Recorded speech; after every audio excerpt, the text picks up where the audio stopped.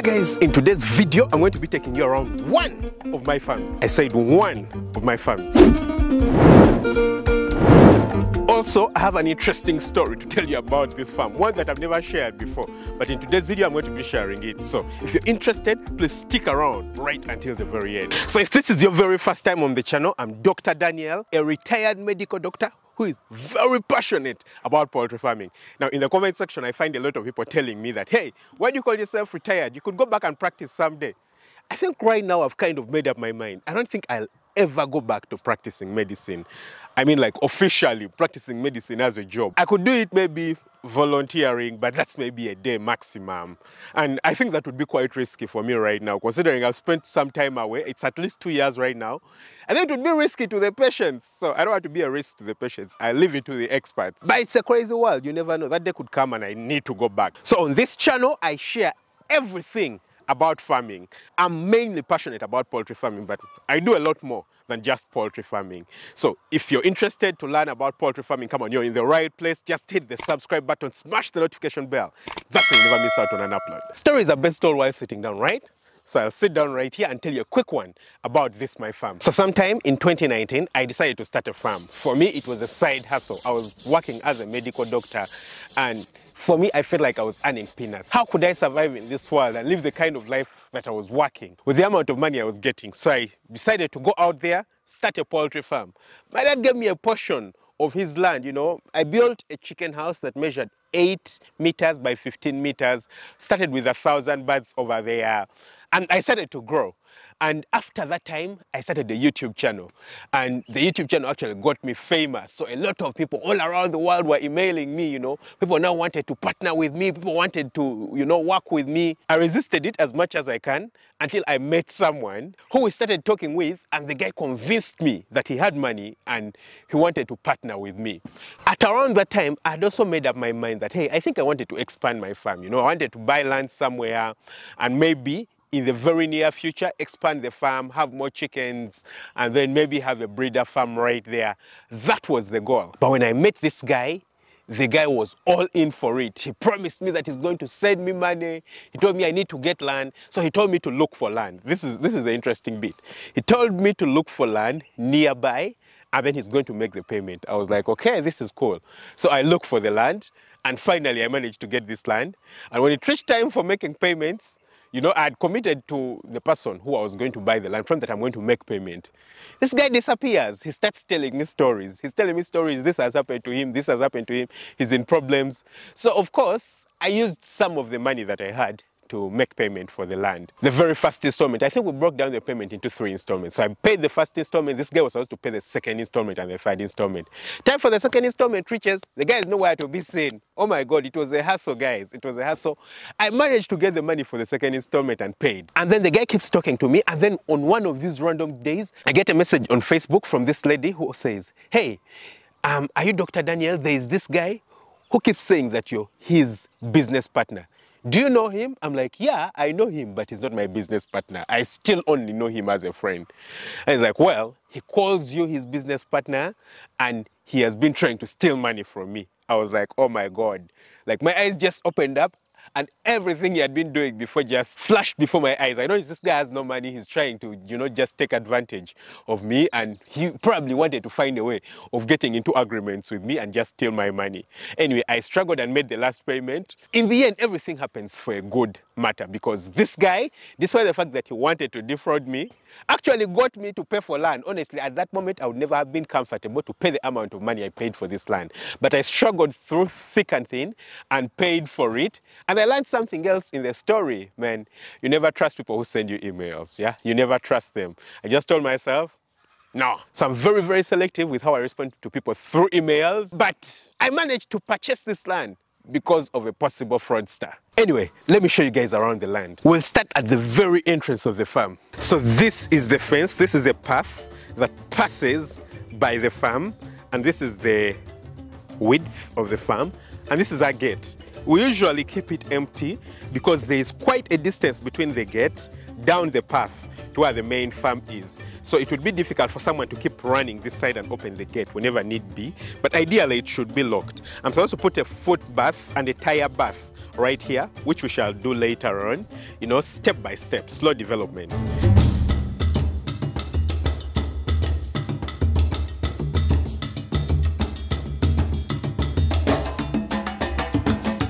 This is a maize garden that you can see at the very entrance of the farm. This was planted by my dad. As you guys might know, I'm not so passionate about growing crops. I feel like it's too much of a gamble. But you can see this season, again, we've had a very good one. I think the past 2 or 3 seasons have been really good. So you can see, you know, the maize has already put on the combs. It looks really nice, yeah? Last season over here, I believe we grew groundnuts. It wasn't maize. It belongs to my dad, so I let him use the land. Honestly, he was kind enough and is still kind enough to let me use his land because that's where I have my chicken house that I currently use for brooding and rearing the chickens. So why not let him use the land, yeah? He grows the maize, he uses the maize for whatever he wants until at some point I make use of this land. He can use it. Then after the maize plantation over here, next up we have a banana plantation. Yeah, so this is a banana plantation. This one I really do love. Meanwhile, over here we dumped manure so that, you know, it decomposes, but we dumped it next to a tree. So I planted a lot of trees around the farm, as you can see. This is one of the trees. There's another one right there. So it's a tree called Grevillea. Grevillea or Grevillea, I'm not sure. Yeah, I'll search it up and write it down. And I put 2 of them here, but when they put the manure covered part of the backs of the trees, as you can see. Yeah, it covered part of the backs of the trees and it destroyed them. Yeah, it burnt them. You know, it's very acidic, so it burnt them, produced too much heat, and they died. Such a pity. I'll never repeat such a mistake. Anyway, over here you can see our banana plantation, and over here we have some matoke, some bananas. This one is just starting to develop. I've been eating some of it. I really love bananas, guys. I really, really love bananas. And we also have cassava inside here. This one was planted by my dad, but the guys at the farm eat it. Guys, I have a lot of trees around the farm. You can see another one over here. Yeah. When these grow, literally the farm is going to be in a forest because it's surrounded by a lot of trees, maybe 300 or 400 trees surrounding the farm. Then over here we have our store. You guys do remember, I made a video about that feed store. If you haven't watched it, I'll leave a link to the video right up. But yeah, this is our feed store. It measures 14 meters by 8 meters. We'll get in. We have a ramp right here, and you have a foot dip to help us clean our boots before we get in with a disinfectant, and we'll get in. You see, I tried to make sure that it's as rodent proof as possible, so we can't have rats getting inside here. Yeah, so we'll get in. And this is the inside of the feed store. Of course, most of it is empty at the moment, as you can see. So this is limestone that we use to mix the chicken feed. Yeah, this is our limestone. These are some pallets that we made. Over there we have maize. Yeah, that's some maize that we do have. There is also maize. I bought quite an amount of maize and tried to store it. Yeah, I think it was about 10 tons. I think we've used about 3. So that's about 7 tons remaining. It looks really small, but it's about 7 tons right there that's remaining. This is maize bran. Yeah, so this is maize bran we use for feeding the chickens. So we buy it in bulk, and then we pour it on the ground, yeah? Because if you don't pour it and leave it in the bags, it warms up a lot. And when it warms up, it becomes a problem, yeah? It starts changing color, and it loses quality. So we just pour it on the floor here, first of all, so that it doesn't cake, and secondly, so that it loses the heat, and it maintains its good quality. It needs to be consistently aerated to prevent it from losing color. When it loses color, it develops aflatoxins, and those are toxic to the chickens, yeah? So you put it down, and you can consistently just keep turning it so that it loses its heat. Over here, we have our weighing scale that we use. Yeah, it's our weighing scale. Over here, this is the feed that we mix. So this is already mixed feed that we give to the chickens, yeah? So we mix it using shovels. It has a concentrate inside it. It has maize bran, it has maize, and it has limestone from over there, yeah? So this is our store, guys. As you can see, the top over there, that's for aeration and for lighting during the day. It's rodent proof. You can't have rodents coming inside here. We don't have any rodents inside here. So it's a good one. So we'll move out. Okay. Always make sure it's locked so that we don't have any rodents going inside there. Right here is the structure where the guys sleep. So this used to be, you know, where the guys sleep, the very first room, and the other room used to be the store. But right now, everything moved out, so it's completely accommodation for the guys. This is our tricycle, guys. This is our tricycle that helps us with moving the eggs around and moving feed, for example, from the brooder unit and the rearing unit. If we need to move things between the farms, you need to collect anything, you know, carrying the maize bran around, taking the feed to the mill, because currently we don't have a mill inside our feed store right there. So we use it to carry, it can carry half a ton comfortably. It can carry actually up to a whole ton, but we try to avoid that to make sure that we don't, you know, overload it. So it has been very, very useful on the farm. It's a tricycle, quite powerful and a good one. Over here, this is another garden. The manager of the farm, yeah. You guys, I've shared a video where he's in the video. I probably put a link to that video right here. He grows some, you know, crops around, eggplants, food for himself and for the guys. Yeah, you know, they grow their food right here. So all those are eggplants. This is eggplants, more eggplants. Sometimes you'll find that he has planted tomatoes. Here you can see that he has more vegetables, you know. So all these are his vegetables that he grows. They eat right here to avoid and decrease the feeding cost. And then behind here is our kennels. So this is a kennel. These are two kennels. I've shared a video about my dogs on the channel before. So these are our kennels. I'll move further back so that you can see them.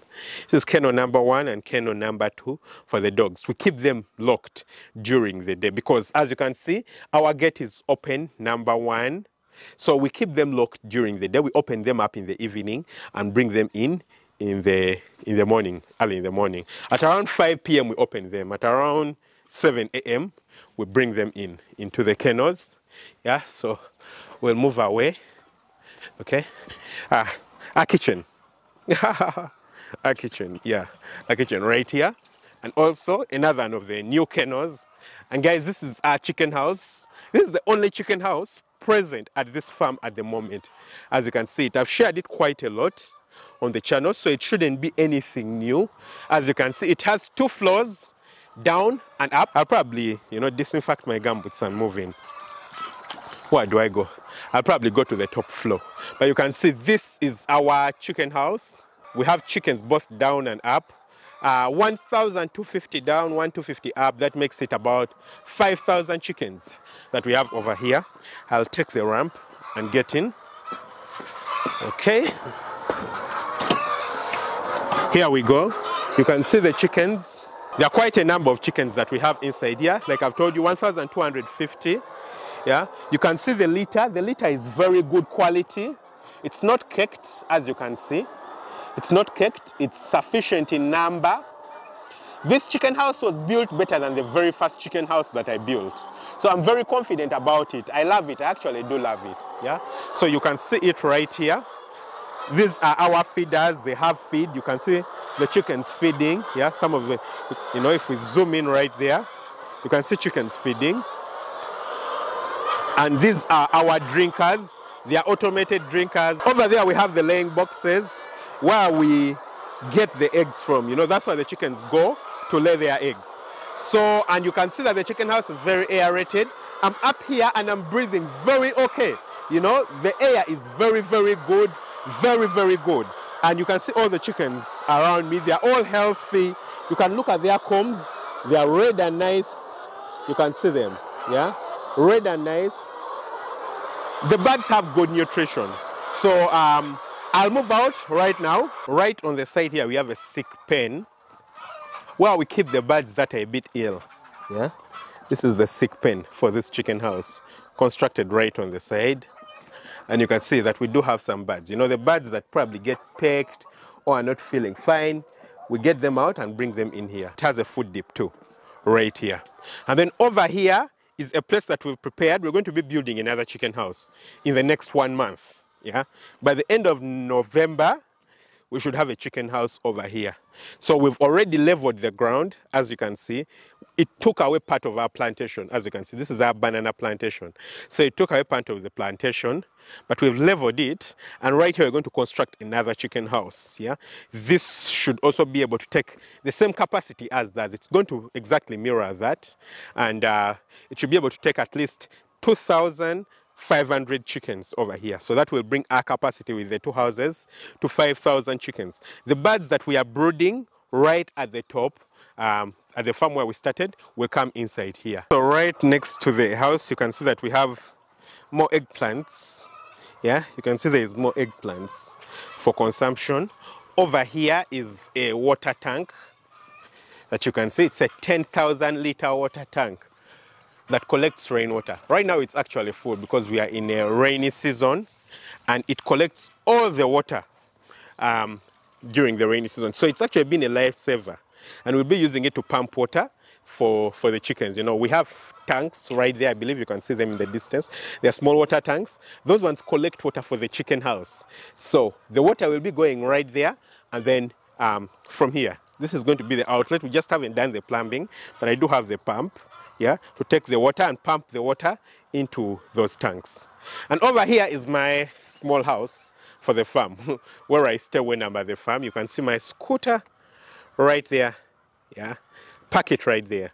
So it's my small house where I stay when I'm on the farm. And here is a garden with groundnuts.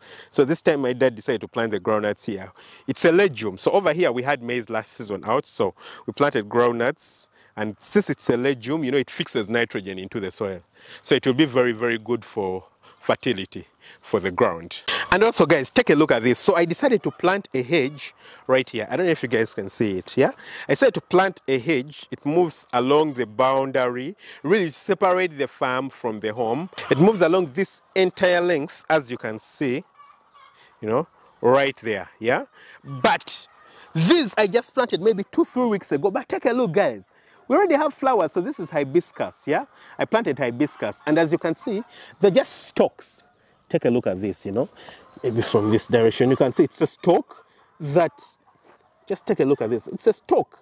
They were just planted here a few weeks ago, 2-3 weeks, but they already have flowers. This is crazy, yeah? Look at this one. This one is just popping up right now. Look at how short they are. But they already have flowers coming out. That's interesting. Of course, I understand the science behind it, because these are already mature stalks, you know, ideally. So these are simply new buddings from a mature stalk. That's why you do have flowers. It's almost like grafting, you understand? But it's quite interesting that we already have flowers when the things are still this short. That was a quick walk around the farm. I believe we've made good progress. Probably in the next year or so, I should be doing another one of these, and I know the farm will be significantly different from what you've seen today. It's really exciting, very, very exciting. Don't forget to smash the like button. Lots of love. Catch you very soon with another video. Bye.